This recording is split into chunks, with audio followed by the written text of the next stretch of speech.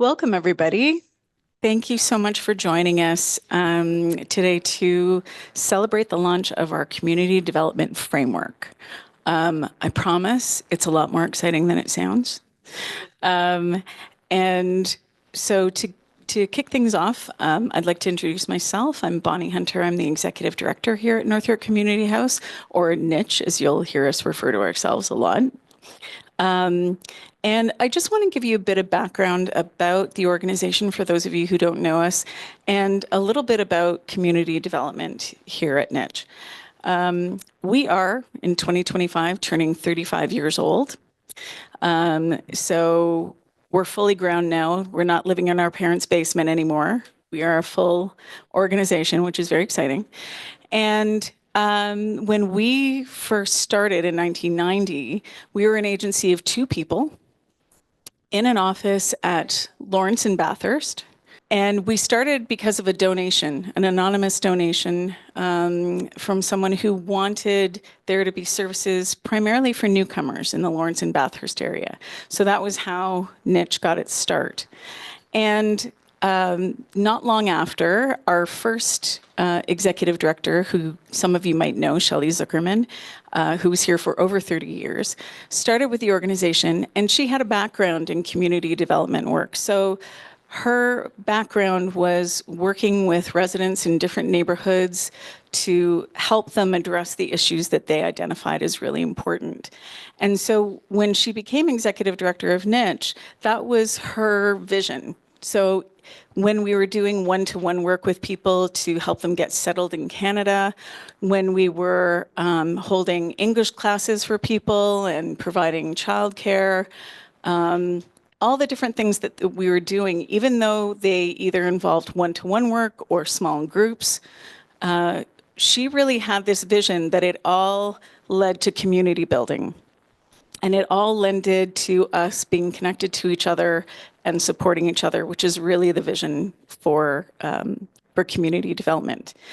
Now, 35 years later, we have over 150 staff, and we run programs from the ones that we first did at the beginning. So we still have English language classes and support for newcomers. And we also do employment services and leadership training and all kinds of things for children and youth and seniors and everyone in the whole family, as well as working in different neighborhoods like we do here in Lawrence Heights and in Lotherton and elsewhere. So we've grown a whole lot, but ultimately our vision is really still the same. So we've had a presence in Lawrence Heights, where we are now, for a long time. We've done everything here from holding children's programs, being involved in different community initiatives when issues were arising in the community. And we were part of early discussions around the revitalization process that's happening now. So we've always sort of had our hand in what's happening in Lawrence Heights. And it's a very important place for us to be. Many of you know that we were in the mall, now Lawrence Allen Center, just down the street. We were there for about 20 years. And that was a really special place for us because that was where we did a lot of growing, and that was where we built a lot of community. So then we started doing some work in the Lotherton neighborhood. How many people here are from Lotherton? We have a few. We have a few. For those of you who don't know Lotherton, it's near the Lawrence and Caledonia area. And it's an extraordinary area with some incredible people living there. And we started doing work there because it's a community that has a lot of needs. There's not a lot of services nearby. There's not a grocery store close enough. There are not some sort of fundamental services that there should be. And so we started working there in 2006. And at first, it was just getting to know the neighborhood, getting to know everybody who was there, meeting all the community leaders, many of whom were in this room. And then it was about figuring out what are the priorities. So what did the community want to do, and what was their vision? So part of it was cleaning things up, making things safer. Part of it was finding more ways to engage youth for a start. So that's where the community development work comes in, because there was a group of youth who were supported, who learned how to lobby to get the local basketball court fixed. More recently, last year, there was a group of youth and some of their adult relatives who managed to lobby to get a new crossing guard that was badly needed right near the school. So that work has continued for many years, and it really is part of what the community is all about and what we're continuing to be about. So this framework has been a long time in development, hasn't it, Cuddy? I'm looking at Cuddy, who's who's been with us for a few years, and this was one of the big projects that he had, and then Mandana joined, and the whole team has been involved. But it's taken a while to get to this point because things kept happening. A pandemic happened, and no one obviously saw that coming. And what it allowed us to do in the face of this horrible situation was to learn a lot about who we were. So we learned that we're agile and we can adapt and we can learn new skills and we can use resources differently. We learned that we stay connected in the face of difficulty. So we were connected to our neighbors next door, to our neighbors down the street and a few blocks away. We were there to check in around what we had, what we didn't have, what we needed, what we could share. And we were there to build a network, right? To figure out who else do we know, who can help, who can be there for us when we need them. And so a lot of those skills, a lot of the things that we learned about ourselves during that time are really important right now. We're in a very chaotic period in a lot of ways. And we still have those fundamental lessons that that I think will hold us through this time. And so it means a lot to me. I've been with the organization for 21 years, and it means a lot that that this is happening right now, that we have something to celebrate, and that this is a celebration of all of you, of the community around us, and everything that you bring to make this a better place. So I'm going to stop there because I could go on and on and on. I already have.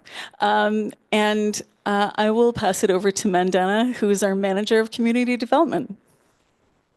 So good evening, everyone. I also wanted to thank each and every one of you for being here this evening. It really means a lot after work. I know a lot of you have been working since morning, probably 8 or 9 a.m. So it really means a lot for us, for you to be here. And I share the same excitement with Bonnie, really celebrating a piece of work that has been worked on for many, many years, way before I come and start here in North York Community House about a year and a half ago. And I just had the honor and privilege to working with the team to finalize this piece of work and really bring it back to the community. So thank you so much for being here. Well, I'm going to have a little presentation here for you to talk about this framework. As Bonnie explained, community development, which is, some of my colleagues tell me is jargony. What is community development? A lot of people don't even know what that means, or there is so many different variety or so many different definitions of this word. So I would say for us, a very simple focus on our work, I don't want to start with a definition, is that really focus on neighborhoods and we focus on resident leaders, which we have a lot of them in this room today, and they will present and speak in the panel later.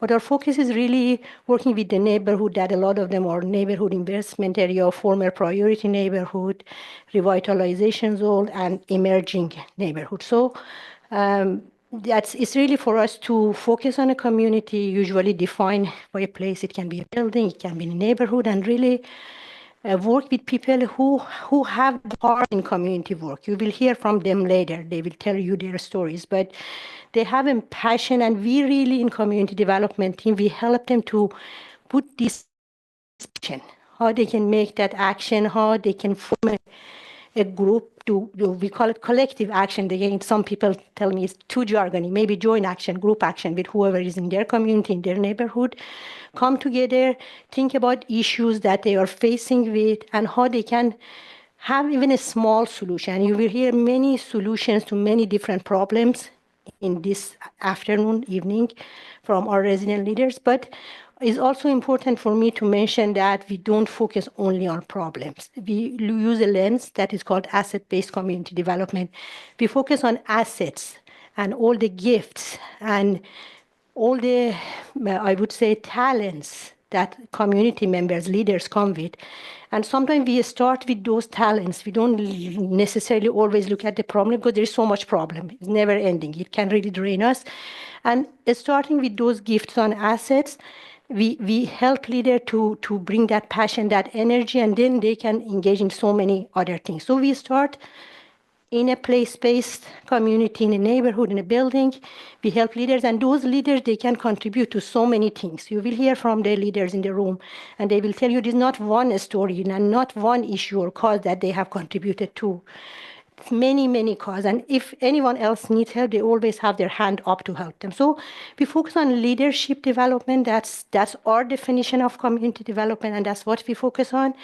And I also wanted to really give credit to NYCH for having this department for over 15, 16 years. I don't know.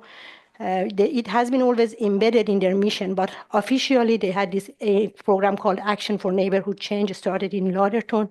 I think Bonnie touched on that a little bit in 2007, maybe, I think. And although I wasn't with NYCH at that time, but I had the privilege of working for the same program in some other neighborhood. So I come working in this kind of work for almost 15 years now, long time. And had the privilege of getting to know amazing, amazing leaders through this work that they personally has inspired me in whatever I was looking for, social justice and bringing more action and engagement. They have inspired me to also do similar work in my own neighborhood. I will talk to you about my volunteer work another day. But honestly, some of the leaders that are here, they are the ones that I always look up into. So that's a little bit about what the focus of community development work that we do. Now I'm going to go talk a little bit about what the framework is about, maybe the composition of our team, and we have our amazing team members here. They will also stand up and introduce yourself, and they will talk to you a little bit about what they do. But as I mentioned, our mission is really empowering residents and strengthening communities. I guess I don't have my clicker, so if you can move to the next slide, thank you. I think I said that we work in underserved neighborhood and to help them to build capacity, to build leaders, and to contribute to transformational change in the neighborhood. So these are some of the focuses that I discussed with you. So our work is place-based and also asset-based. We help residents to take group action, collective action, to improve issues that affects them locally. But we are always mindful that issues that affects us locally is not created locally. Sometimes most of the time they are created globally. Sometimes they're created countrywide or citywide. So as we help them to address those issues, we also contribute to a bigger cause, and that leadership talent can go anywhere. Sometimes it's very interesting to watch. It starts with a small group, a small community event, and then you look at what those leaders or group of leaders do. It's really contribution to cause way bigger in national, provincial, citywide, and global level. So we are very mindful of that.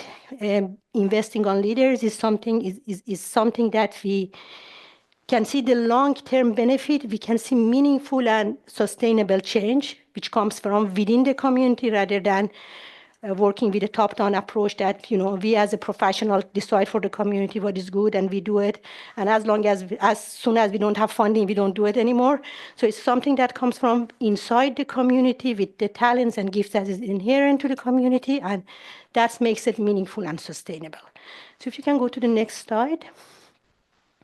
So again, we try to help fostering a strong connection within the community. Sometimes we start very small with even events, simple things that bring people together. And we always take guide from the leaders in the community. They tell us what they want and what they are passionate about, and we try to just back them up. That's what we do. We always take the lead from the leaders. And then I think I mentioned that we work with underserved neighborhood. We are focusing on 3 neighborhoods right now: Lauderton Pathway, Lawrence Heights, and Neptune, which are all considered Lawrence Heights, but they are actually a little bit different communities, and also Western Mountains. And we have leaders from other neighborhoods that also NYCH serve. We have leaders from Battersea, but currently our focus is on those 3 neighborhoods. And then we have leadership program for all ages. You will hear from Rikisha, you will hear from Beatrice, Rebecca, our staff. They work with different age range. I can show you in the next slides. So we have this program for girls age 6 to 12 called Village Block Girls, started in Lauderton neighborhood. Very beautiful. I have been personally very impressed when I came to the program and learned about this work. Helping girls to with their media literacy, giving them confidence with a lot of aspects of womanhood, their body image, basically building leadership from many different lenses and different aspects in them. Rikisha will speak to that more. We have program for youth aged 13 to 24, mostly focused on high school. Currently, we have a youth community animator program in Battersea neighborhood, and we are expanding the program to Lawrence Heights at the moment. We also do a lot of civic engagement and leadership development in terms of training or different event and workshop, which is done by our community engagement coordinator, Beatrice. She will speak to that. If you can go to the next slide, please. So different aspects of engagement, the work that we do with residents. We support formation of resident association and resident-led initiative. So if a group of individuals come to us, they're already taking some action and they want to do it in a more targeted way, I would say more coordinated way, formalize themselves as a group. We try to help that process. That's one thing we do. We try to help them to connect to other resources, support the partnership both with agencies and with residents, because we cannot do this work alone. A lot of it happens from working with other partners in the community, and a lot of you are here from agencies. And also, we try to share the learning, because the learning in our field, again, there is a lot of learning, but because we are so busy on the ground, a lot of the time we forgot to kind of write it as many as other practices or other field they write. So we try to really share those learnings. A lot of learnings there is in people's chest. It goes like stories from generation to generation, but it doesn't really come to mainstream literature or visit academia. So one of the focus of our work is to really share that, that knowledge and that create that community of practice.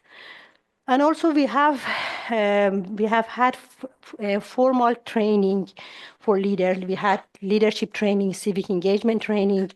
Beatrice will talk to that a little bit further. I just don't want to go into the details. If you can go to the next slide.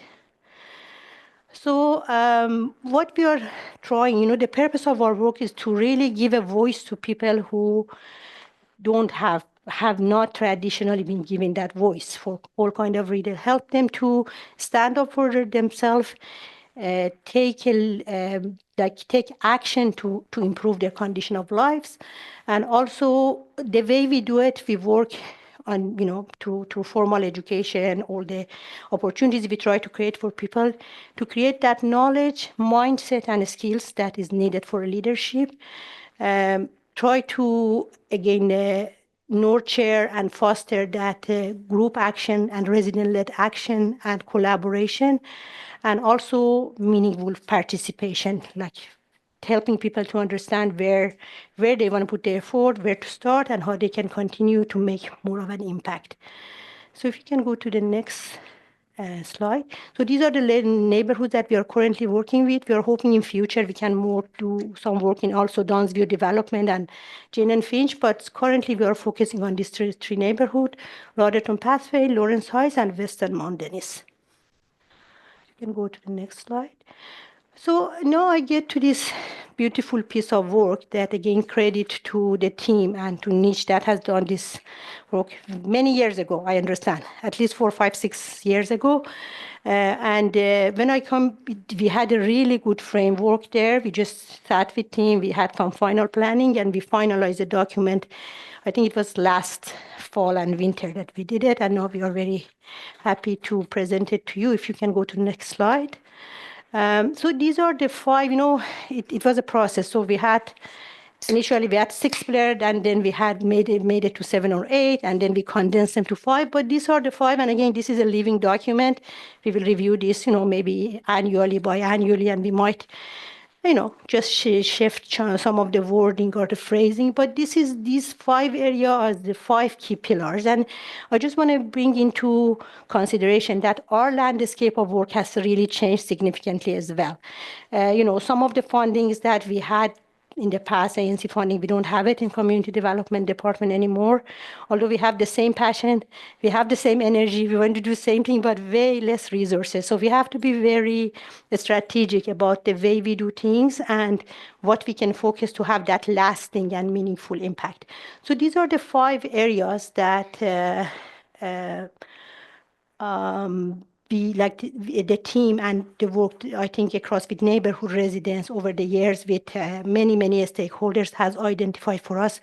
First and foremost, with green color, is resident-led action and services. So we support resident-led action, of course, in form of resident-led association that I described to you before, but also there is a lot of program that the residents want to do in their neighborhood, specifically a place like Lauderton, when there is not any services or business there. It's always their passion to do program for seniors, for youth. They do a lot, and we like to support that movement as much as we can. So that's the number one focus for us. And then creating that leadership capacity.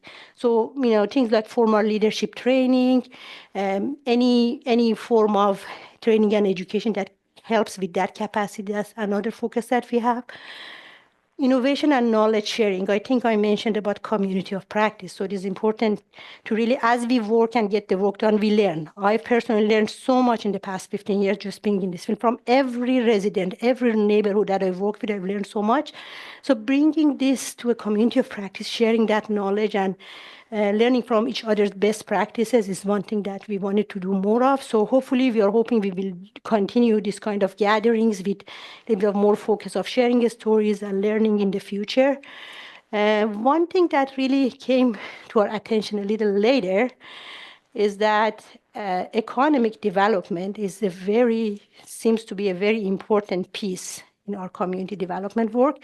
Because when we think about the very mere condition that creates neighborhoods that are under resources and not enough access or lack of access to enough opportunities for, to just be like have access to jobs or income is very difficult. If you go to some of these neighborhoods, you see very limited number of businesses, not any local jobs or very few of them.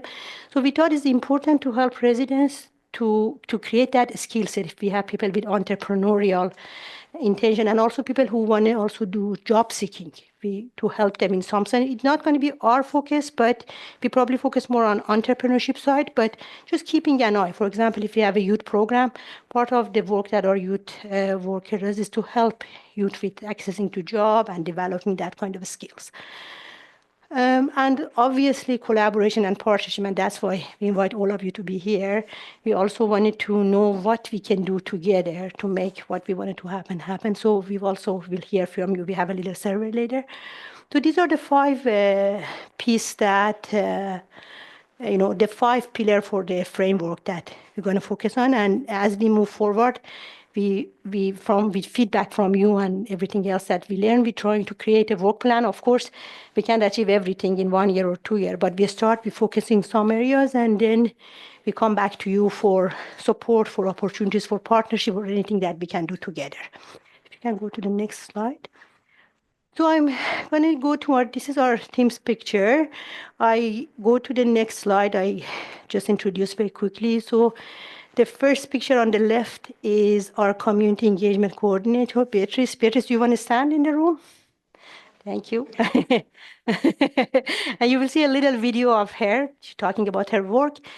Then it's our girls program lead, Rikisha. She's standing very tall at the back of the room. Hi, Rikisha. And then our youth leadership and engagement worker, Rebecca. Hi, Rebecca. She joined us like not recent, but she just joined us in October, but she's already doing a great job. So she will also talk about her work. And that's me. And that's Cody. Cody is, of course, a director in Unison. She's not, in North Community Arts.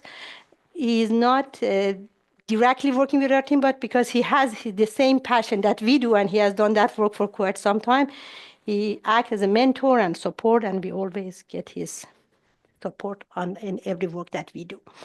So if you can go to the next slide. Okay, so now we have a little video for you that, each staff talk. You don't need to hear me because I'm already speaking a lot. I think we just fast forward to Kadi and then Rikisha and then Beatrice. So, and then I think Rebecca is going to stand up talk because she wasn't there when we did the video. So please.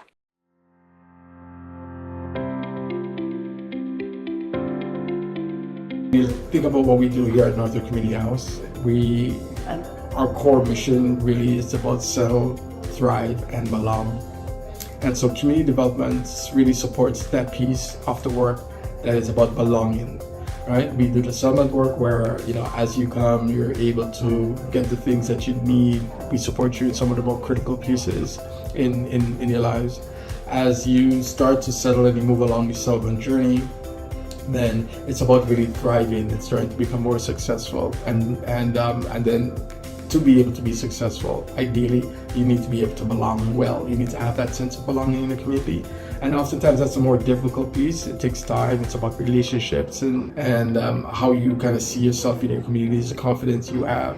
And so that part of the work is where, as an organization, right, it really helps, it really fits in. It's really about that belonging part of our mission that the community development work really sits.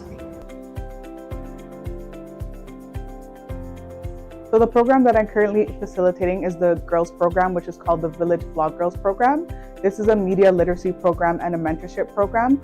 So we do have younger girls ages 6 to 12. We have older girls, which are the mentors, which are ages 13 plus. And we help them with media literacy, we help them with womanhood, we help them with challenges like self-esteem and building confidence with each other. So the Blog Girls' main objective is to build self-confidence in these young girls, also creating a safe space for them.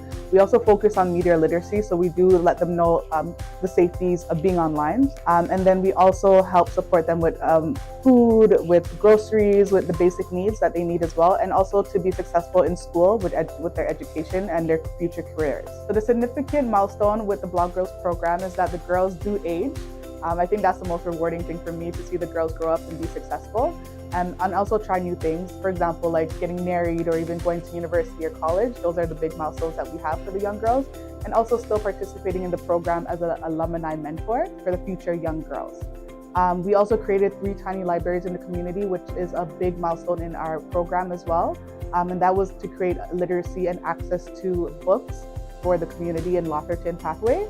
And it's still going strong and people are still using the books. We still get donations for the books and people love to use the tiny libraries and build on their literacy skills.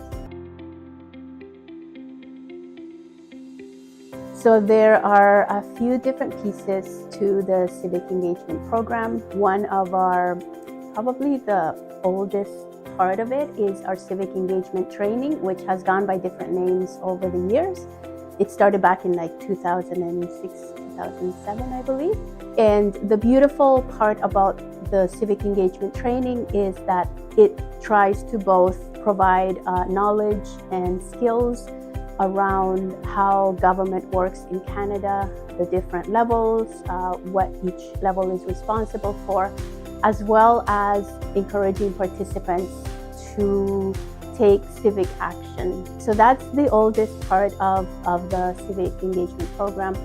The other thing that we also do is try to facilitate what we call one-time civic workshops. And the reason for that is obviously to make the program more accessible to people that are not able to commit for that time period. And another very important piece of the program, of course, is trying to increase civic literacy and capacity building within communities by helping them to be able to advocate for issues that they're concerned about. And this is a very important piece because there are a lot of issues and they tend to be getting worse. And so it's very important for people to feel more empowered. We do that by someone could just say, I have, or, a group of us has this particular issue. What can we do about it? And then we try to guide people through the steps, whether that involves writing letters or preparing petitions or figuring out who is in charge, and then trying to guide them through that process, things that they can do to be able to advocate for the things that they care about. So the feedback that we have received over the years tends to be pretty consistent, and that is that people are hungry for this type of programming. We try to make it as engaging, as accessible, and as fun as possible. And so I think that really makes people feel it makes them feel like they're included, or it makes them feel like this is something that they can be a part of, and they tend to enjoy it. And in evaluations that we've done where we've asked people, for example, do they feel more confident to, let's say, to approach their elected officials in general, the sense is that people do feel more confident, they feel more empowered with the knowledge that they have received.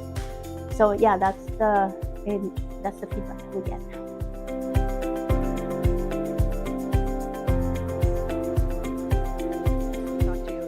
Rebecca wasn't, we prepared this video in summer. She started in October, so she wasn't in the video. She's going to just talk a little bit about her program, please. You can come here if you want. Hello, I'm Rebecca. I work with youth in Bachelor's Bench and currently. I'm hoping to build out in different neighborhoods as well. I run youth community animators. We actually call youth community leaders right now because a lot of people thought it was animation. So I'm confused. So they run a lot of programs for their years. And we also work on things like civic, mental wellness. The unemployment rate for youth is very high right now. So we've done a lot of stuff on how to write a resume when you don't have job experience, networking, interview skills.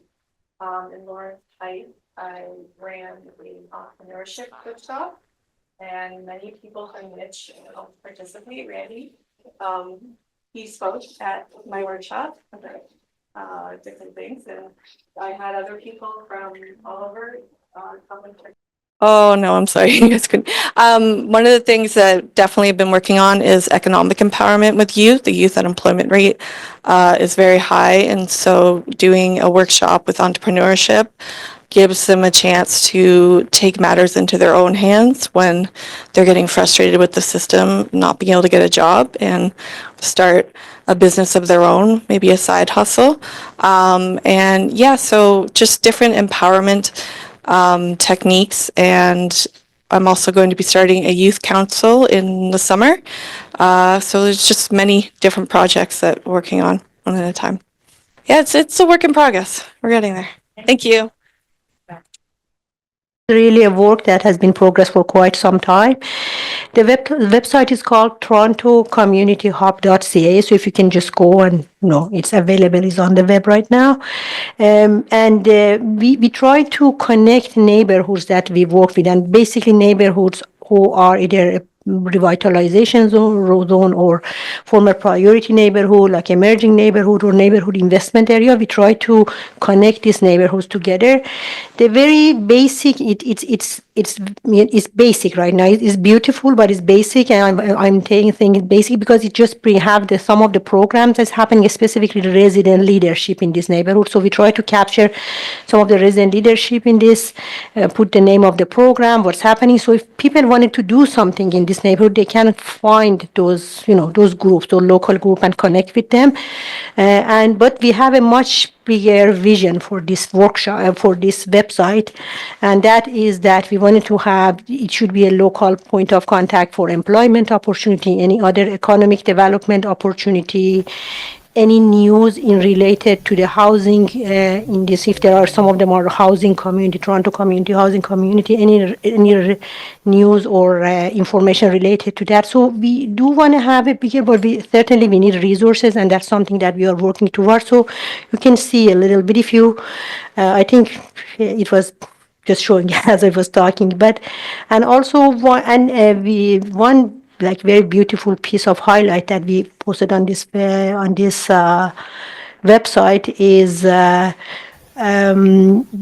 podcast that some of one of our leaders, she will talk about that, Katie, and she was instrumental. She was working with this team just before I come on board, and she was instrumental in putting that podcast together. But it's called Breaking Bread, and it's stories of Black community in transitions. For a lot of them, dislocation that happened as a result of revitalization or any kind of transition. I've listened to some of the episodes; they're beautiful. So I absolutely recommend for you to just go. And I think there is a link. There should be a link. I will send a link and everything in a follow up email to all of you. But it's called Breaking Bread. You can find it on most of the podcast platform if you go there. So that's something is there. We are working on a resource for leaders, kind of capacity building is almost ready. A preliminary version of that is ready, but we're going to finalize it and post it on the website very soon. So that's maybe one piece of work that if you have ideas or you wanted to be part of that, the news from your agency, from your group, please take a look. And if you don't see yourself there, connect with me, and I'm more than happy to try to put your information and anything is relevant to that. So that's something that we certainly need your help with, and I will be in touch for asking maybe more help for developing and expanding this website. So that's one piece, and then you can go to the next slide. So the next step is really hearing from you. We really want to treasure this time that you have with us this evening and hear from you on the ways that you think you can work with us or help us moving our mission forward and expanding our work. We will have a little questionnaire here, which we will share with you after my presentation. And if you are from an agency, you can respond to the agency question. There's just one question. We kept it very simple. So if you are from agency, you can respond to the agency question. And if you are a resident leader, you can respond to the question that is for resident leader. So we basically lay out some options, and the option that we left, they are not the only option or the best option. They are just some option. I know it's evening, everyone is tired, to just get your brain to thinking. So anything else that you think is not there, feel free to add it at the end of the form or the back, and we will read your responses with enthusiasm after this meeting. And if you want us to get in touch with you, feel free to put your name, your contact information on the form. It's not mandatory, it's up to you, you don't have to, but if you want us to connect with you, please feel free to put your name and contact information there, and we will connect with you after this meeting. So I will get to that after my presentation, but I'm going to wrap up in maybe 2 minutes. So these are the questions that you will see. So I'm going to pass on these 2 slides. And then the next step after this meeting is that we will follow up with you. So first of all, we go through your feedback, whatever you told us through the survey and anything we hear this evening. We try to incorporate that feedback in our work. We create a work plan with our team based on the framework and feedback from you. And also we come back to you, we connect with you to discuss any opportunities that we feel we can work with you, or you can feel free to reach out to us. More than happy to hear from anyone here and what we can do together. So that's basically the next steps. And I think that's it for me this evening. Thank you so much again, and I'm here if you have any question, I'm happy to respond. Thank you. Any questions? Sure. Elections, everyone knows I'm. Don't have great. Now we're gonna have federal elections on April 28th. One of the activities that we started with me is our Get Out the Vote campaign. So I have flyers here in case anyone wants to participate. It's especially wonderful if you live in a building or a multi-residential unit. And basically the idea of the campaign is to engage or to at least be able to give information, share information with your neighbors about everything that they need and that you need to be able to vote, including list of candidates, which we usually don't see until we're in front of the ballot. So if anyone wants to participate, feel free to grab a flyer and sign up. Thank you. Thanks, P. Yes? Mhm. Every time there's voting, yeah, and I think that's one issue that has never been addressed for students that are like elsewhere for school.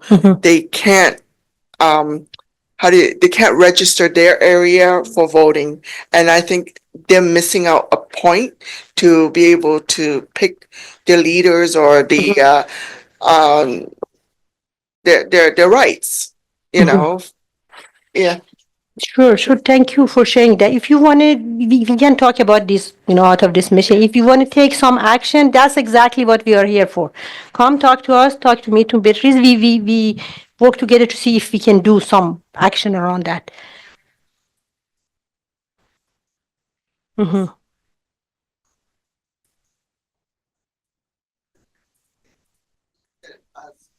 Mm-hmm. But then they can't come back here from school, do their voting. So they miss out their opportunity for their rights to pick what they think is important of their leaders. Yes, thank you. Thank you for sharing that. I see another question, Ken.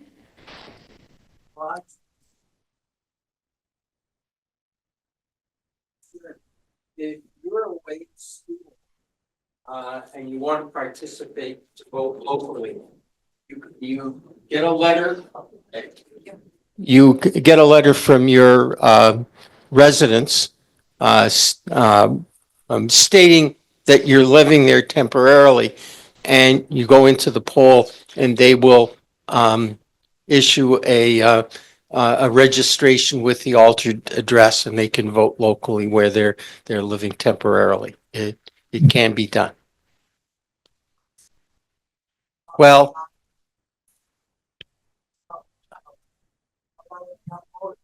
okay, I do believe it is online.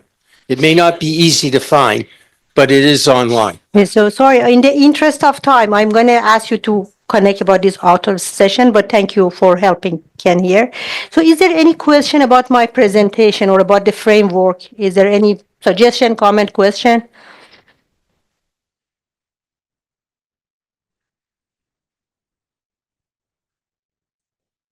Mm-hmm.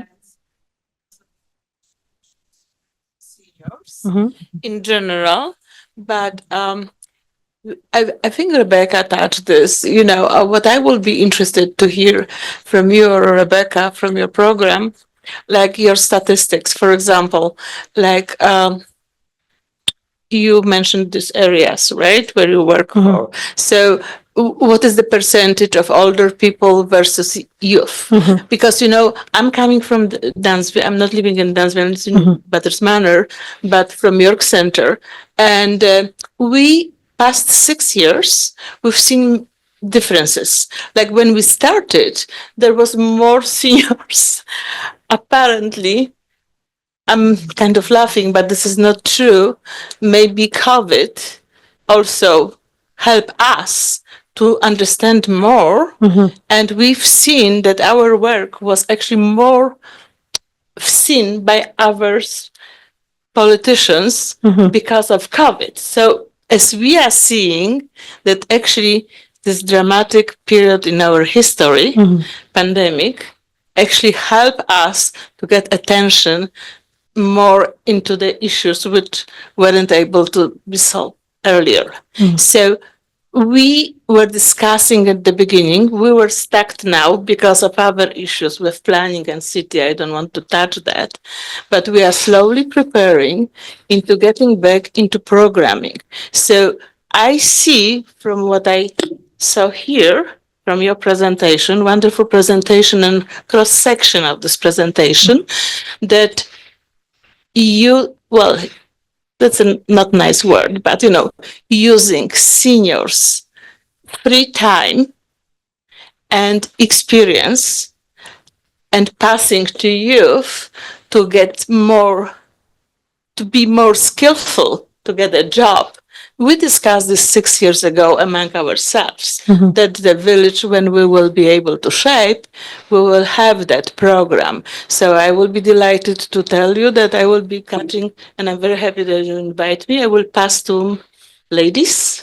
You met them, and perhaps we will meet one day, but we're tied up now with another deadlines. But definitely, Sure, that's something we can like talk about a collaboration little bit between more. youth and seniors, because seniors are or older people feel very lonely, very bad about themselves when they find out themselves that they're kind of on a margin of the society, and they actually hold so much in them inside of experience, knowledge, and everything.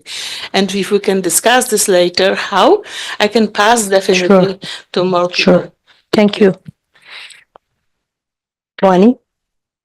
No, I thought you want to make a comment. No? I'm just holding the mic. I'm just here to pass it around. Sure. You know, these are great ideas, and I'm sure I will take note of everything. We will follow up with you. Any other questions? Yes? An idea that I've seen in another part of the city, and that was seniors for seniors as well. Yeah.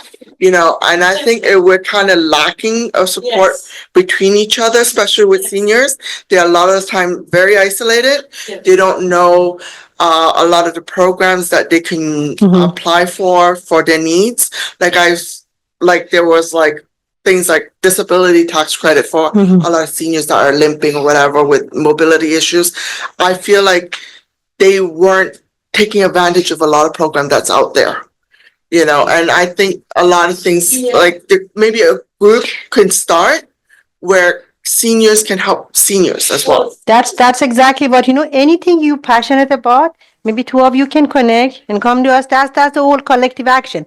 And just want to make it clarify here that in community development team, we don't focus on, if we do leadership program, it's leadership development for any ages, you know, for young girl, for youth. We have another department in NYCH, which is called Youth Families and children, youth, and families, right? And they do lots of programming. So that one idea is that, you know, we can always pass the ideas and they can address. And one idea, if you want to do something yourself, if you have the time, energy, passion, we can help you with, you know, connecting you with, you know, relevant resources or some ideas. That's something that we always can talk about. An intergenerational thing that you mentioned, Elizabeth, has always in our focus. Anything we do in our team, they try to do a lot of intergenerational programming, and also when we work with youth, we try to bring that lens in. That's always something is asked by different group, and so we certainly will keep those things in mind. We have a question online. Can we take the question online? So yes, please. Trudy Ann, if you can unmute, and if you want to share your camera, that's fine. Otherwise, please go ahead. Hi, I'm not on camera. No worries, no worries. Go ahead. I'm behind the scene here. I'm so happy to be a part of this forum tonight, you know, just engaging again with NYCH and soaking up a lot of the information here. I know NYCH is one of the pioneer in helping residents, especially launching the Lawrence Heights Revitalization Coalition, right? So my question, because as a part of the Lawrence Heights Revitalization Coalition, we do have some priorities, and one of the priorities that we do have is environmental sustainability. I remember years ago in Lorthethan, one of the things that I did help some residents work on. I see Vivian in the audience. I see some residents from Lorthethan there is like beautification in terms of some of the open space that you have there in terms of gardening and stuff like that. So I'm just curious, under the pillar of the resident-led action, do you have any vision for Lawrence Heights in leading any beautification and a greening strategy, especially with revitalization going on out here, construction and so forth? Anything resident-led along the line within there that NYCH is looking at? Maybe you could share some insight on that. Sure. So again, I just wanted to stress on this point because we don't do the program. We just take the lead from community. So if there is energy, if there is passion, and there is someone who is willing to champion this cause, that's the most important thing for us because there is so much need and so many great ideas.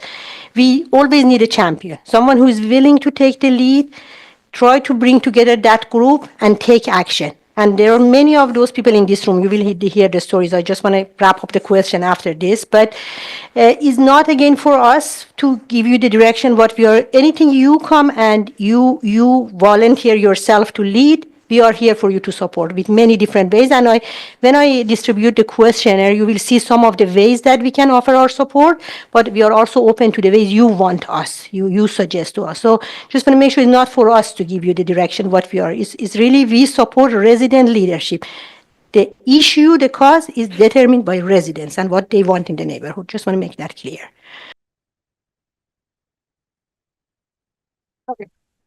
Can you hear me?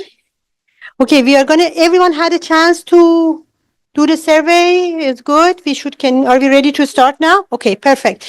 So now we have, the next section part of the evening, which is very exciting. I'm so looking forward to it. We have three of our resident leaders from three neighborhood: Maureen Simpson from Battersea Finch, Kadeen Bankosing from Neptune and Lawrence Heights, and then we have Lisa Baker from Lauderton Pathway. So they're going to share stories of the great work they have done and the change that they have made in their neighborhood through working with their fellow residents. Some of them, they brought their group. Some, not everyone can make this evening, but they will share with you the work they have done. So I understand that Maureen is going to introduce herself. They didn't give me a bio, but I can't stop myself from saying that I worked with Maureen for many, many years in Battersea Finch neighborhood, and she's an amazing leader. I let her tell her story that I personally had all day look up to her, and she's a role model for me in my personal life. So I really thank her for being here. Kadeen, I had the pleasure of meeting here in this neighborhood. She has her slide. Leaders are always humble. They don't like their bio to be read. I beg them, give me a bio, let me read it. No one did it. And so I'm used to this kind of behavior. It's okay. These are leaders. And when I call them leaders, we are not leader. We are just serving here. That's what I get all the time. So that's leaders for you. And I let them to introduce themselves. So can you start first? Hello, everyone. And good evening. I have had your dinner. I made a good supper, didn't I?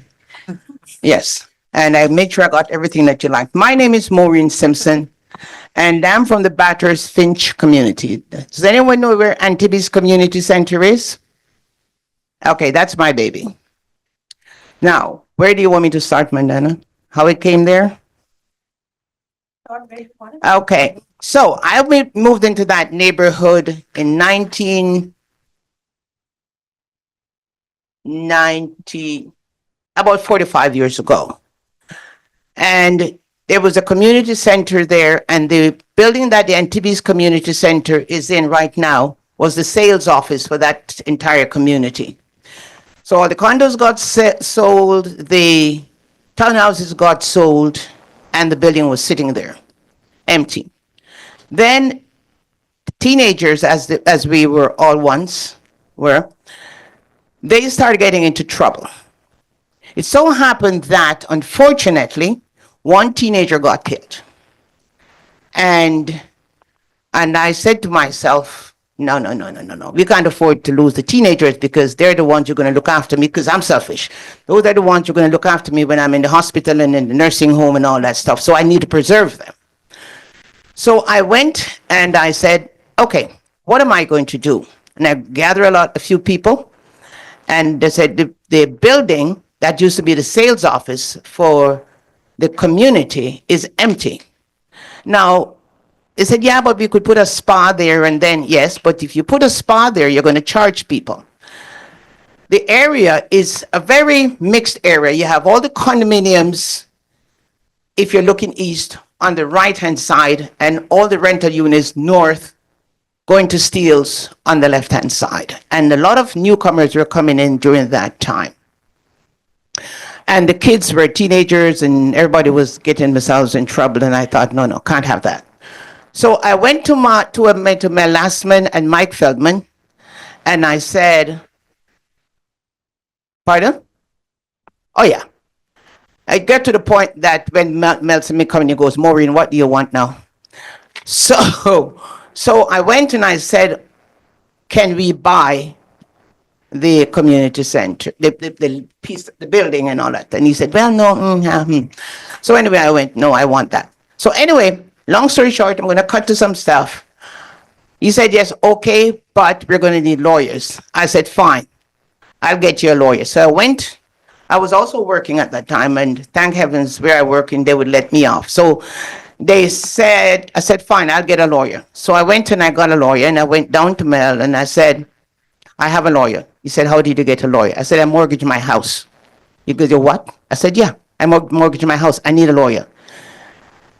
And he said, you joke. I said, I'm not joking. I write now. And Hellman looked at him and said, she's not joking.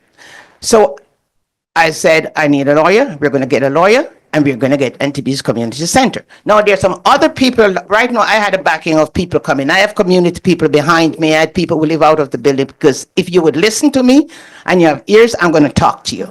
Because I have a problem. My problem is, if I need something, I'm going to get it. Especially if it's a good thing. I always want good things. So long story short, he said, no, go dismiss the lawyer. So I dismissed the lawyer. They got me. Eventually, we got the talk, and we got Antibes. Mike Feldman retired, and then James Pasternak came in, and I had a talk with him, because I said, that community center, we're going to get it. Okay, we got the community center. But the community center was a paid center. We can't afford to pay for the center. It was paid for a while. And then they had 4 other community centers that they're getting free, no payment. And then I said I wanted one of those. So they had 2 left. One was out in Scarborough and one was in Limbo. I said, I want that one. So I went to Depute downtown. Thank heavens for my employer. They said, you go. And I was at a conference, something similar to this, and I had 4 people in the back. I said, you're going to get a phone call. And I want to see this. I don't want to see this, and I don't want to see this. So anyway, long story short again, I was looking out, and someone put their hand up. We got Antibes Community Center. So I didn't have to mortgage my house. Okay, so then there's a pay center. Now we needed to get it free. So I went out again, and I did some more stuff again. And I asked people, talked to people, got people around. And we got Antibes Community Center free with 1 vote. I said to all the people who are going to vote, I know who weren't going to vote for it. I know the ones who are going to vote for it. And then I said to James Pasternak, here's what you're going to do. You're going to vote strategically, because I need that center. And we got it by 1 vote. So the Antibes Community Center is there. And what really caused me to get that center for free, it was a lady and her 2 children. At the swimming pool, she took her son and she sent him to swim with the belief that when he learns to swim, he's going to teach his sister. But children are children, and they don't understand that strategic plan. And I was coming from the kitchen, and I saw the lady, and she was crying. And I said, what happened? She said, my daughter told me that I don't love her. And I said, what? I said, why would she tell you that? And she told me. And I said, oh, hell no. So I got on my phone again. And I went down to City Hall again. And because now she had to pay, she could only afford to pay 1 fee. She couldn't afford to pay for all the children. So I said, fine. So I went back down to City Hall, and Mel saw me, and he goes, Maureen, what's next? I said, I need a free center, and I need it to be free because children are not learning to swim, and we need to get it so that the teenagers can come and get some knowledge, get some stuff, a place to park, and place to do stuff. He said, I will see. I said, I don't want you to see. I want you to know. So anyway, I was a royal pain in the asparagus, okay? So I went there, got it, and then Antibes Center is now free. Now, when I put in that center afterwards, I put a cooking class in there. If you haven't got money, you learn to cook, you can feed your children. A sewing class. If you have kids and you know how to sew, your kids can, yes. I put also for the seniors had a class already. So I'm saying to you, as a community, talking about things doesn't work. You got to do. There's an old saying, and I'm older than each and every one of you in here. One hand can't clap. And if you need to make a noise, but with decorum at all times. Don't go do rah, rah, rah. Decorum help is the key to it. Talk to people, talk to them politely, tell them what you would like to have, demand it, but in a nice way. And whatever you do, learn to say please and thank you. So Antibes Community Center is there now. We are full. We have everything going and everything is running. We also had a multicultural festival that we used to do before COVID came in. The last one we had 1,700 people, and it was free food. I've never cooked so much chicken in my life. I don't know if you know about chicken, but the boxes that the chicken comes in every year, I make 4 of those in my one little kitchen. But when I see this one guy, he came, and every year he came. You know what he came for? You guys ready for this? Gravy. He came every year, and he brought his container, gravy from the chicken, because the gravy lasted a long time. So folks, if you need something to be done, don't look at your neighbor, go with your neighbor. Talk to your neighbor. If you don't talk to your neighbor, they won't talk to you. Be the first one to talk to them. And it's your neighborhood. Politicians can't fix your neighborhood for you. You have to fix it for yourself. And if you see something, do something. And if you hear something, speak up. Because you would like to be in a neighborhood that someone say, oh, I would like to live there. If you had to go in that neighborhood for economical reason, turn it around. Because you have enough people in there that can turn it around. So folks, it's your neighborhood.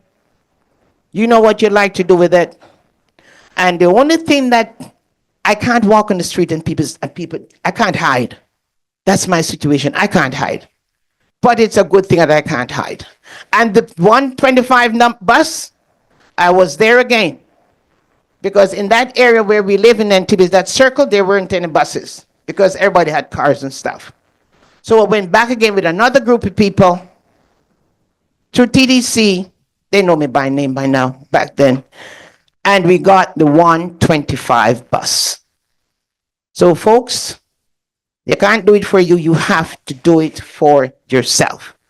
So get up, stand up for your rights, do things politely, please and thank you, and talk to your politician.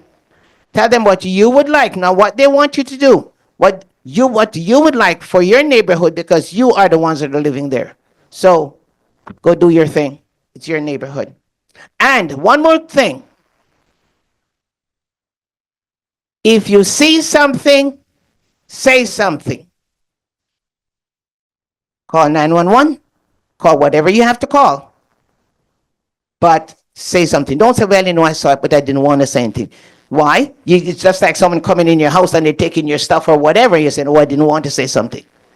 Do something. The policemen are there to help you. The firemen are there to help you. People are there to help you. Use them. So, folks, that's my little spiel, and I don't know if you need answers or questions or whatever, but that's me.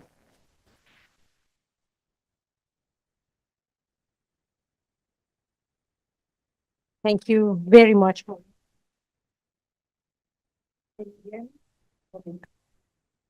Hello? Yeah. Can you hear me now? Yeah. So thank you so much, Maureen. That was a beautiful story. Louder. Okay. Yeah. From many, many things that Maureen has done, I think she just shared some highlights. And honestly, that's what I was trying to say. We need a champion. So when you champion for something, we are here to support you.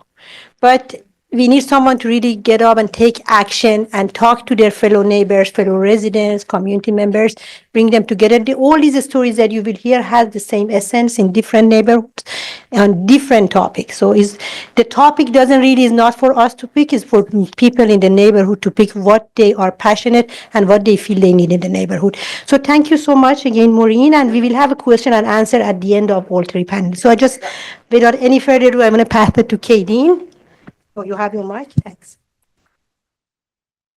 you, I had a few slides, and the slides were really just to help me stay organized in what I wanted to share. But good evening, everybody. My name is Kadeen Bankasing.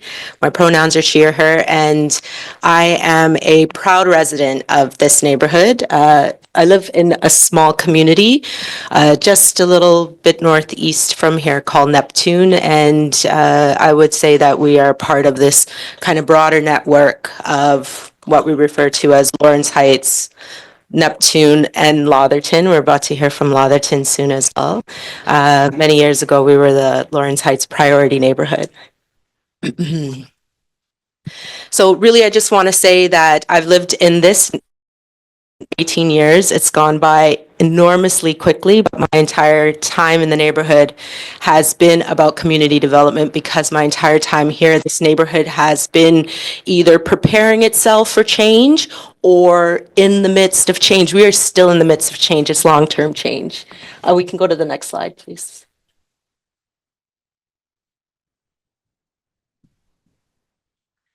But stepping into a neighborhood that was going through and preparing itself for large-scale urban development has meant and created a lot of opportunities, I think, for residents here to be involved, to have their voice, to advocate for their self. And I'm constantly blown away about at the impact that we can have when we come together. So I can now call myself a facilitator. I hold space. I am a community mediator. Being able to handle challenging situations and conflicts certainly is a part of what it means to work with neighborhoods. I'm also, because of lots of years of saying, hey, in order for people to engage and to participate and to go feel confident doing things like going down to City Hall and talking to their politicians and bringing forward your concerns, we spend a lot of time building capacity, right? Helping people feel confident, giving skills. And so that has translated into learning experience design for me, which really is like adult education in this digital based reality, right? People are learning and holding information in different ways. I've also see myself in my immediate neighborhood as a mentor to a large number of youth because I love them so much, but also because my own children have grown there and the relationships that they have built there, that we support them to, is what helps us to continue to have like generational wealth. I don't know. I think we're still working on that, but certainly we're building capacity towards that. So I feel you, Miss Maureen, in saying, hey, we got to protect the youth because they're the ones that are going to be taking care of us in a few generations. So next slide, please. Really what I want to do is quickly talk about, I think, 3 very important projects that I've seen myself as a contributor to, certainly a leader, and somebody who has benefited, I don't know, benefited, but certainly have seen the opportunities continue to grow. And so I'll start with the Lion, which is the Lawrence Heights Interorganizational Network. And if most of you in the room look closely enough, and some of you online, you'll probably see yourself in that photograph there. That was taken in 2017. 2017 at least, at what we used to call our annual general planning day. But it was an opportunity. So the Lawrence Heights Interorganizational Network represented a collaboration, a collective space of agencies and grassroots leaders coming together to, I can in a jargon way say, approach collective impact projects, which are community development work at a large scale. We're going to deal with big issues. We're going to deal with long-term issues. We're going to work together to address poverty, right? And through smaller projects, but something that's sustained over a long time. This space is really important to me because what I saw us do in that time through a series, and it's a governance structure in many ways, but what it did do was create capacity and spaces for residents and agencies to work together to address systemic issues, to address immediate needs in the neighborhood. And more importantly, because as I mentioned, the neighborhood was going through revitalization and preparing itself to enter into long-term urban development, or redevelopment is that it enabled us as a neighborhood to meet the challenge of this enormous project.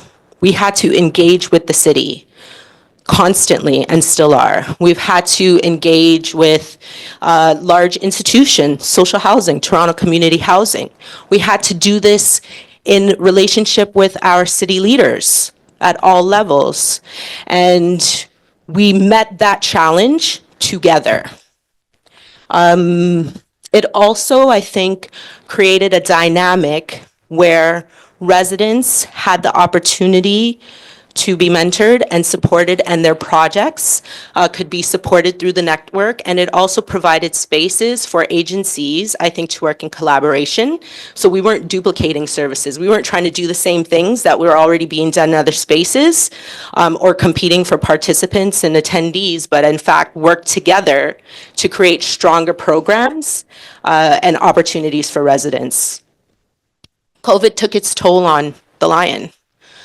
Because our neighborhood had transitioned from being designated a priority neighborhood into something else at a kind of city designation level, we lost some of the resources to be able to maintain the space. And what I am seeing now is, in fact, as revitalization, which is the redevelopment of this neighborhood, continues, we are lacking that collective impact right now to be able to meet this city, large city scale development process in a way that's cohesive, in a way that still centers the residents that are here and the new community that's moving into private homes in the neighborhood.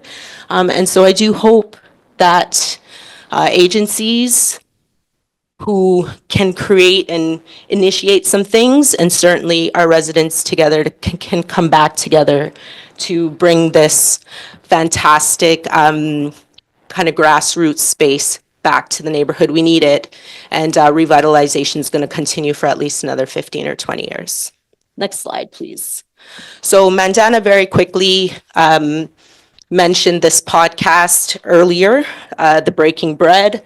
Stories of Black communities in transition. And this for me highlights, I think, one aspect of what it means to work really closely with agencies and organizations, because it was a project that was tied to trusteeship, right? And there were some resources that were available at the city, specifically through the city's Confronting Anti-Black Racism department in 2020, that was around grassroots projects that could amplify, you know, or speak to and address the work around redevelopment, displacement, and gentrification.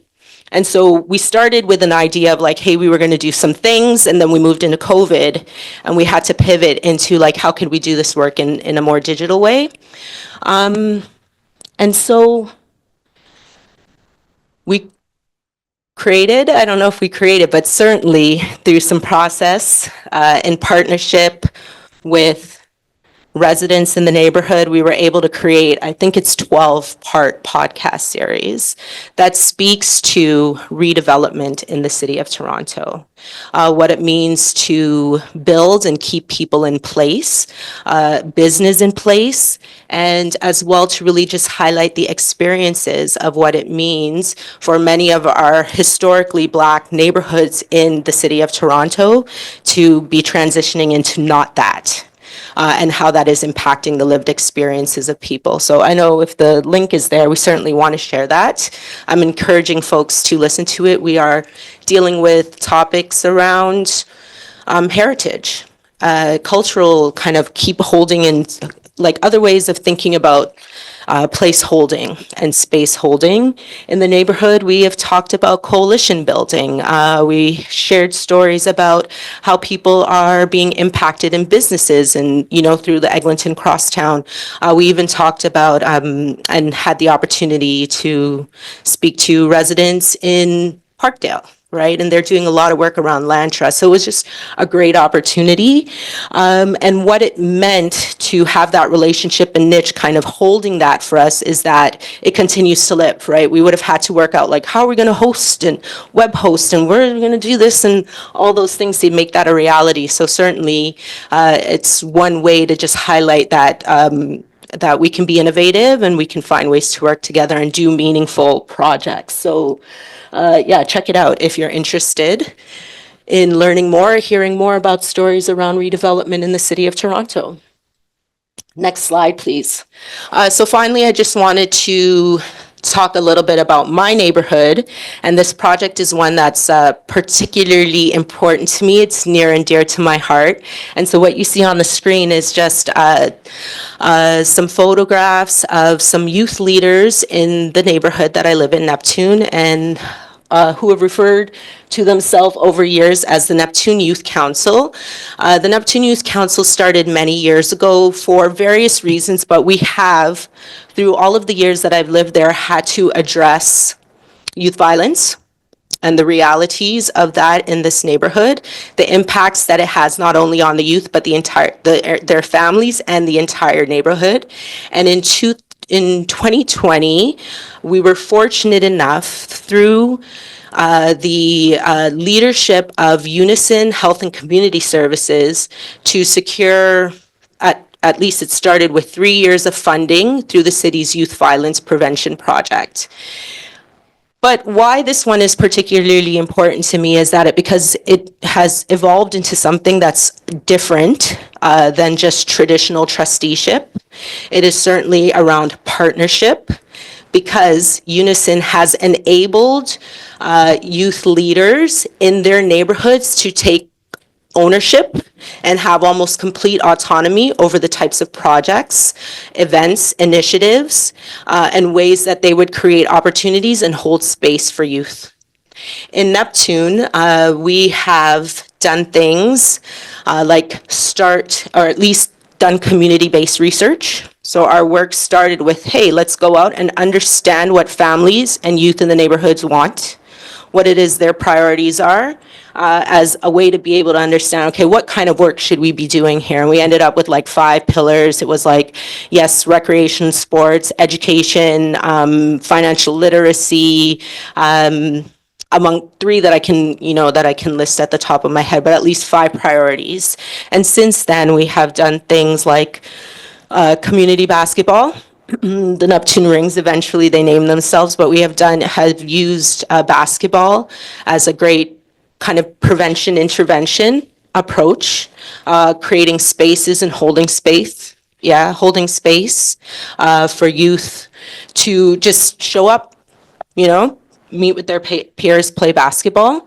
We have also done excursions and are really working on mentorship and this kind of peer-led models of youth being able to either volunteer, work in the summer camp that we've hosted, do the activities, but they're always representing themselves as peer leaders to the younger children in the neighborhood.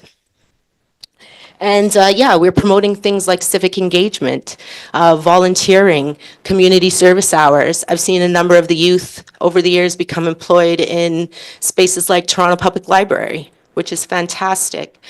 Move on to post-secondary, secure scholarships. Like, these are the experiences that I've had over the last 5 years. And I'm very proud of what I see happening there.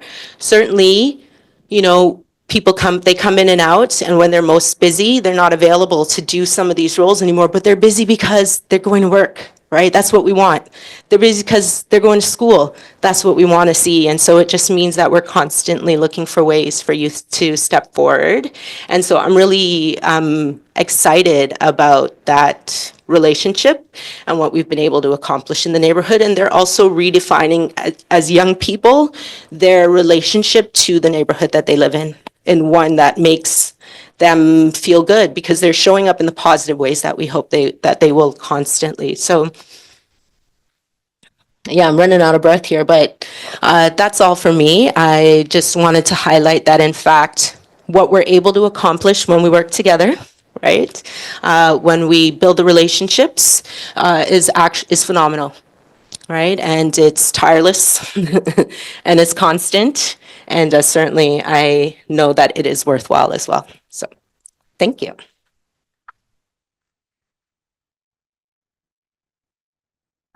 Hi, good night, everyone. My name is Lisa Baker. I am one of the leading residents from Lauderton. I have moved into Lotterton from since 2004. My last daughter, she's here, Ryan Baker. She was born into Lotterton. They call her the Lotterton baby because we had a trip to Niagara Falls, and I gave birth the third, and I was on the bus with her the same day I gave birth. Going on the bus with the baby, Auntie Judith was there, Vivian. Lisa, where you going with this child? I said, what? I said, I'm okay, baby fine, let me go. I took all of us, the leading resident of Lollerton was on the bus, the residents, going Niagara Falls, enjoying the scenery.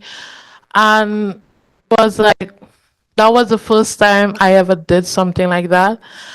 And for me, is that being a leading resident is more than, is like a family because it's mostly strong women, no matter what culture we are.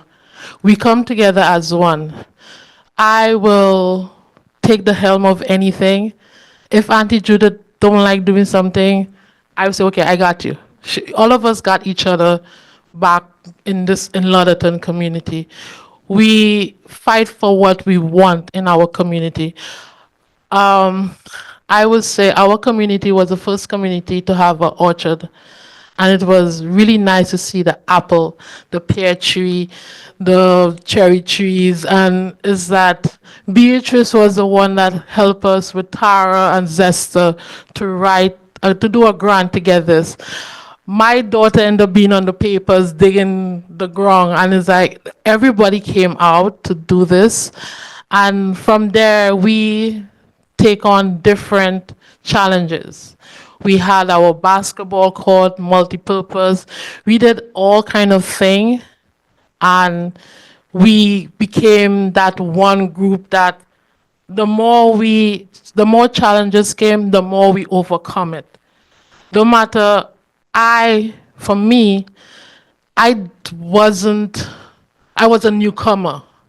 I did not have my PR card, and to be somebody from a different culture, from a different country, I was doing volunteering work. Nobody did not know. I did my thing, and it opened doors for me to meet politicians, for me to meet different strong women from different community, and they helped me along that way with the ladies from my community. And today, I could tell somebody I am a PR resident for Canada. And it shows me no matter what, where you come from, you could do anything in a community because back home you always say it take a village to raise a child. But it take a village to you become one. It's like you just everything that's come together and you just fighting. You going the hills might be high, but you keep on climbing. Because right now you have three strong women here on this panel testifying before all of everybody, even on the camera, people seeing who we are. Yes, it's frustrating, yes, it's tiring, but you could accomplish a lot because all of us accomplish a lot of stuff. Being a leader, being a resident, being you wear so many different hats in agency. It's like, okay, I'm wearing a mother, a daughter, a this, a that. But it's the joy of getting up in the morning and you say, okay, what I'm going to do today? Oh yeah, I gotta go and do this meeting. I gotta go and a training. Or it's give you that joy to you could get a job because you have the train. Oh, I have a mental health license. I could get this person. This is what it is. Because I mightn't have everything what everybody have, but hey, I could still say I got it without being a citizen. I have this certificate. I have this. I have that. And I have to thank NYCH for helping me. I have to thank my friends who is here and the other ladies from Lotterton because they are more than that. My family, Katie know my kids. Kisa, Beatrice, everybody know my kids. My kids grew up in community. Because by that time, My kids couldn't go and do anything, but I raised them being respectful, doing stuff in community. COVID came and COVID did a number on everybody. Anxiety, frustration, stress, name it. COVID was it. But we still pull together to support each other along the way. Whatever we need, if somebody needs something, okay, I need some food hampers. We call NYCH, we get the food hampers, we get gift cards, we make sure we take care of the residents. We look after the residents in Lauderton. And no matter, we still come in Lawrence Heights and Neptune, we still help each other. It don't matter what community you are from, still go and see where you could help. So make the connection because there is a connection there. That's it.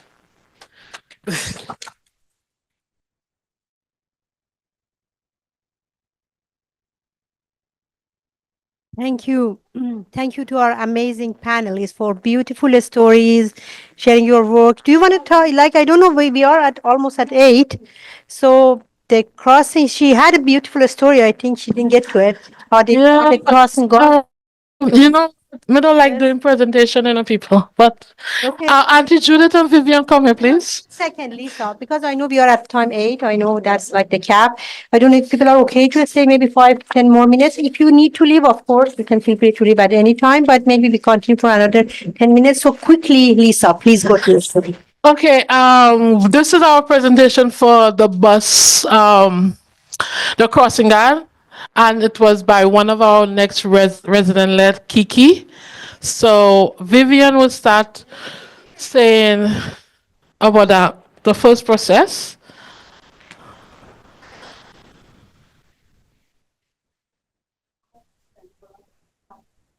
I'm going to talk a little about crossing walk, challenge that we had there. We are a small but mighty group of parents, grandparents, caregivers, residents living in Lauderton Pathway. We have many challenges and limited access to service that other city neighborhoods enjoy. For example, our community is located beside a busy intersection that sees heavy traffic every school day, and yet for many years there was no crosswalk. When one of our parents Mike.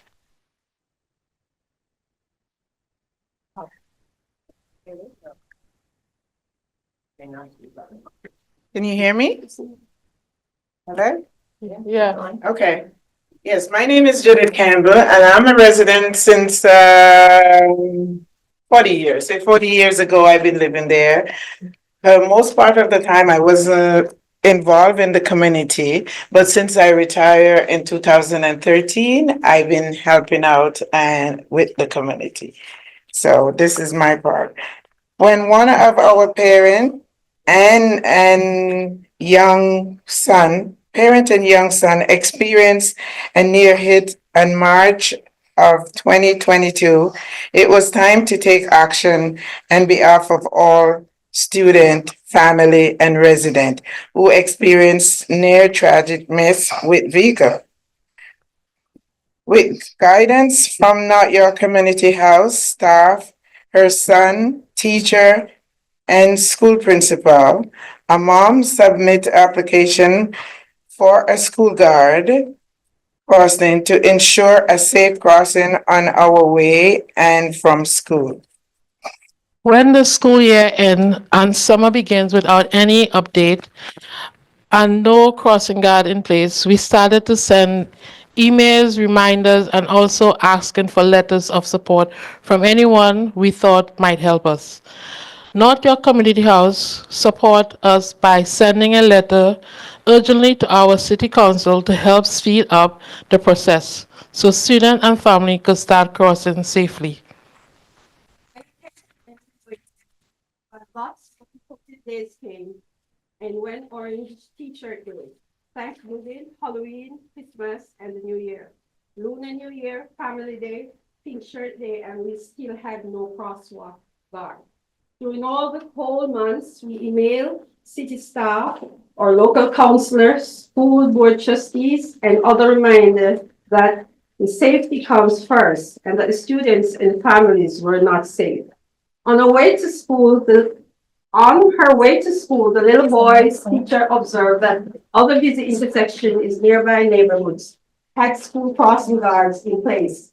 And so about a year following our application, North York Community House helped us organize a safety town hall. All decision makers in attendance offered their support. After various email, social media posts, phone calls, and meeting, another school year has come to a close and still we had no crossing guard. With support from school staff, Not Your Community House, a CBC uh, reporter, our safety concern made it into the news, both on radio and online. When we got framed but no crossing guard, we decided to start a petition. We reached out to our neighbors, the teachers, the principal, and other staff at Joyce Public School, and also the staff at North York Community House. And after lots and lots of outreach, we got more than 200 signatures.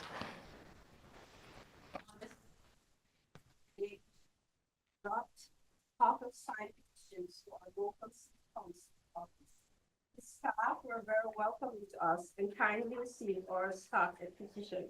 They also invited us in listening to our concerns and asked us questions. They informed us that they too were very concerned about the safety of our students and families and were working very hard to their end to resolve their important issue. 15 months or about 600 unsafe crossing later, we were informed that our application for a crossing guard, has finally succeeded. On the first day of school of 2023, student, parents, caregiver, and the entire school community depended on this busy intersection crossing safely to and from school. Finally, our hard work Paid off. persistence and determination paid off. I have the last part. Now, our next biggest challenge is getting access to a space, a community space, which is urgently needed by everyone and especially by children and seniors in our community. We appreciate any and all support we can get to help us achieve this goal. We are a small but mighty group of parents, grandparents, caregivers, residents, and dynamiting leaders living in Lollerton Pathway, and we thank you for listening to our presentation. We do have a crossing guard. That was one of our very biggest challenge, and our biggest challenge is accessing our space, and we have won that challenge with North York Community House and Unison helping us with that. So right now we're just waiting to open it up so we could have our programs and stuff for the community. And that was the biggest challenge we had. And the three of us and the other leading residents was there to fight for them. This is the project we had in 101. And we had our a meeting with the condo board. We had the teachers, the trustees. We had everybody. We had like a debate, and it was very good. I miss doing that, but our new space, we cannot wait to christen it, so we hope you all to be there to celebrate with the Lollerton ladies and community. Thank you.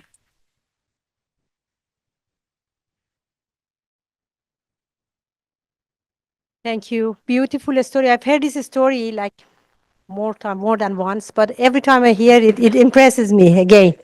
So thank you everyone for staying here. I was supposed to ask a question from panelists, but I think they already responded. I was asking them how agencies support them in, every good work that they do for the community. But I think they did mention a few times that how agencies contributed. And as Lisa mentioned, I'm excited that let you know that we actually, with, really thanks to Unison for leading this, getting the lease. We have been working tirelessly in the past few months with them to get the space back. So the lease has been signed, and hopefully we will move in. I think May the 1st, that's the date. Hopefully there is renovation and repair happening there. So that's very exciting to hear that. And we look forward to seeing more work from our amazing leaders there. So I just want to wrap up. But before that, is there just one person has a chance? Is there any questions from our panelists? Just one question. Yes.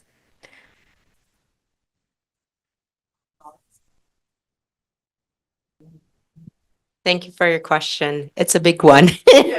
It's a big question. Now, we definitely don't have time to go too deeply into that, but I would say, as the quickest way to answer this, is that your question highlights why we need our communities, and when I say communities, our agencies and the people who live here working together, the schools, everybody working together, because losing priority neighborhood status wasn't by choice. It wasn't because the residents here said, yeah, we're not poor anymore, right? We have everything we need. It was based on the city's way of designating and ranking and then allocating resources to neighborhoods based on a set of metrics, right, of things.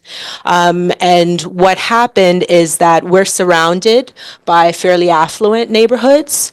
And so when Lawrence Heights now got recategorized, or the city went and moved from priority neighborhoods to neighborhood improvement areas and emerging neighborhoods, because of the metrics that included all of the surrounding neighborhoods, we lost designation. But it also meant we lost resources. We lost staffing resources from the city. And so we had to become creative to sustain that. That meant agencies stepped up. It meant that we had to think about how do we sustain our network without funding coming from the city, and we were able to do it for a time. COVID wasn't kind to us in that way, and we continued to lose, and the city moved into other ways of working and creating resources. But what I do think I can say in response to like a project like B Part, which was building equitable partnerships, right? If I can recall correctly, was that we need to work together to continue to be creative and innovative around these types of programs, projects, initiatives, events that are going to come into our neighborhood that will sustain resident engagement. And it gets a lot trickier, I think, for residents to say, hey, let's do that on our own. Or for agencies to say, yeah, we're going to try to do this without the support of residents behind it. And I hope that's something we can get back to. Not to be cynical, but I see a big gap in what's happening in this neighborhood now compared to 10 years ago, definitely compared to 15 years ago. We haven't quite been able to resurface that level of there was a level of pride and enthusiasm and just this cohesiveness in what we were doing that has gotten us to this point. And we're going to have to rebuild a lot of those relationships, I think, to be able to move forward in a way where we're back to that glory, that period of time when we felt so much joy. And all we can do is continue to work and use opportunities to work with our partners in the neighborhood to do that. So yeah, I'm hopeful on one side of myself. Another part of myself that's like, no, there's a lot of hard work to be able to do that. Absolutely. And I just thank you everyone for being here. I'm going to adjourn the evening, but just want to say that's exactly why we are here. I think that loss of resources that Kadeen touched on, we have really lost a lot of resources, but we still have the same passion and we feel the same mission. That's why we are hosting this, tonight. And we are planning to continue this conversation. We hopefully, again, depending on resource, we want to do it like every 3 months, but maybe twice a year. We see how much we can extend ourselves to do that. But we continue with different different topics. So maybe we should focus, have neighborhood, a specific forum on a specific neighborhood. We can invite in people who are involved from youth, from different sectors, or we can have topics that we focus on. So we are open to your ideas. If you have something that you think you can contribute to, please speak to me, and I will also be in touch with more. But this is just the first of many sessions and opportunities for us to really brainstorm and get things together and have discussion, and from that discussion gonna come action, because we can't just talk.